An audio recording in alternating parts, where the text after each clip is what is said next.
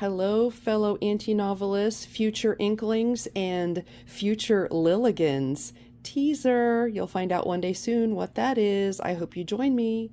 So, this is to address Christine's specific question about how do I go about the steps of a developmental edit in progress. So I'm going to do my best to line it out because I will tell you the truth.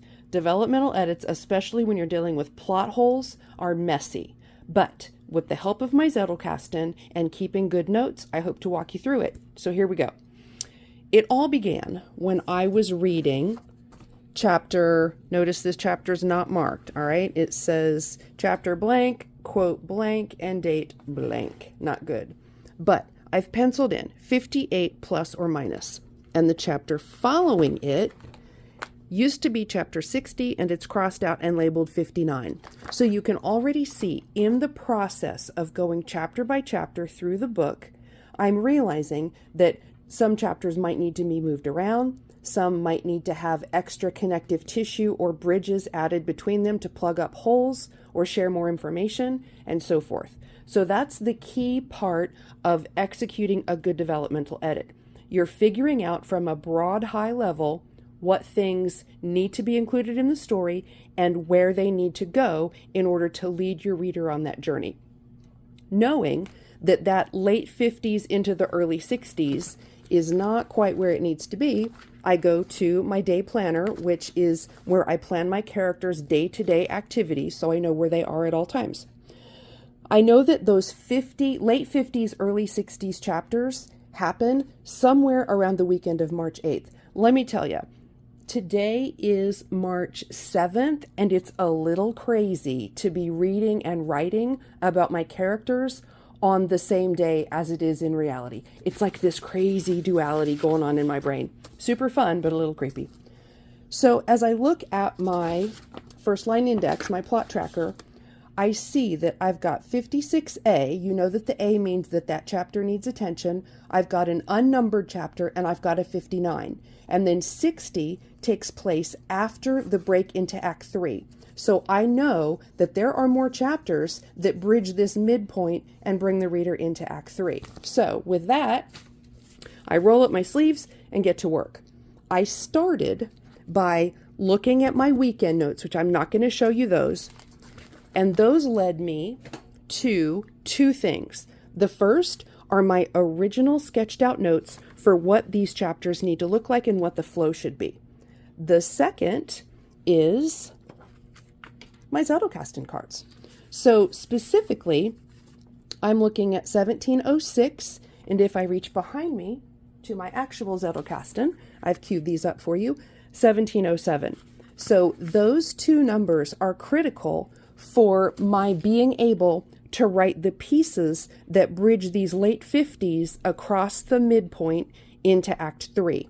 So I've covered up the things that I don't want you to see, but this diagram shows me this piece of information, which is some critical location information, needs to bridge across to this piece of information, which is a high-level kind of superpower piece of information, and this piece, which is specific to some character stuff, okay? So in order to make that happen, I went two places. First, I laid out my cards that are relevant to those scenes. That way I had all of my research at hand. This is a bit of a teaser for the next series, which is research-driven writing. It's how do you take all of these pieces and turn them into good fiction, okay?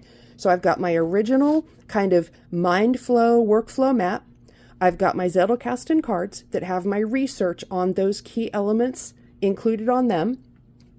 And then I pulled my original notes. I have two sets of notes. These are from 2023. These are prompts. For me, prompts are just ideas that I think might need to be included. You know that pink is my main female, blue is my main male, and orange is antagonist. In this case, this is an off green, so I know that that has to do with the manuscript that I'm writing about. And then I have a key list of scenes, things that need to be written about. So these are just reminders to myself of things that I want to be sure that I include or touch on. Most of them are marked out, but you can see some are not. So as I'm looking for what information do I want to include in those 50-something, late 50s into the 60s numbered chapters, That's where I'm pulling my information from. My original mind flow map, my Zettelkasten research cards, and my list of prompts and potential scenes. So that brings me then over here. This is the notebook, you might recall, that I am logging chapter by chapter my edits in.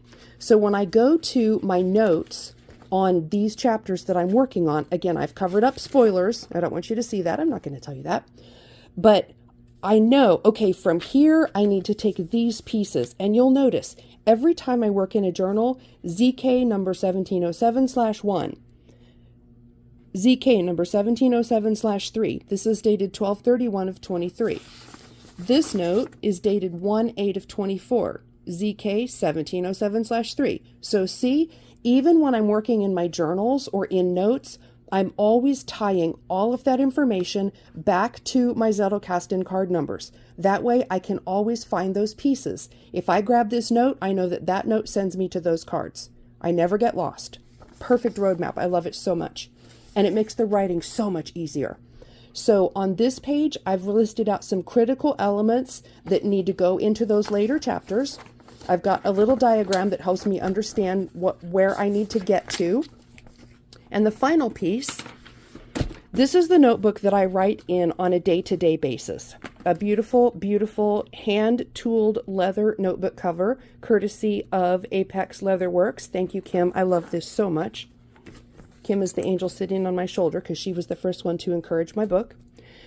In this journal, I'm keeping notes, which you don't get to see, which help me flesh out these early notes, okay?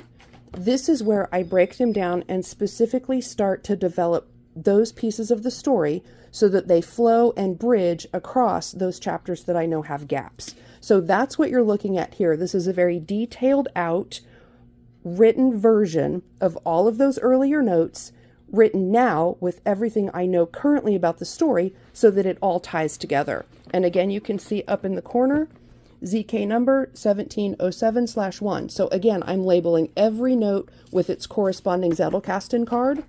Eventually, all of those notes will go to live in the cards themselves. But for my purposes, when I'm doing developmental edits and filling gaps and plot holes, I need to hand write. So it is what it is. That's just how I work.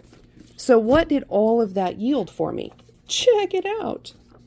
I've got new words written on 3/3/24 for Act 3, 1,427 words. And I've got new words written on 2/28/24, Act 3, 1,059. So there, I have created those missing chapters using my initial notes, my mind map, and my Zettelkasten cards that apply to those chapters. So that's a quick overview for how you pull your research together, make sure that it's indexed in such a way, preferably on the backbone of your Zettelkasten system so that you can always find everything. And then when you need to write those scenes or chapters, you pull that information together, lay it out and review it, and then you draft those chapters. And then repeat, repeat, repeat until the book is done. So thank you again, Christine, for your question. I hope that was helpful.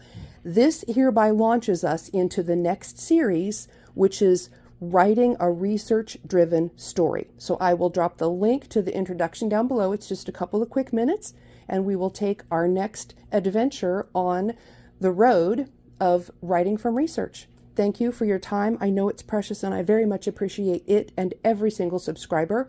And once again, a little tease, I will see you, Lilligans, in the next video.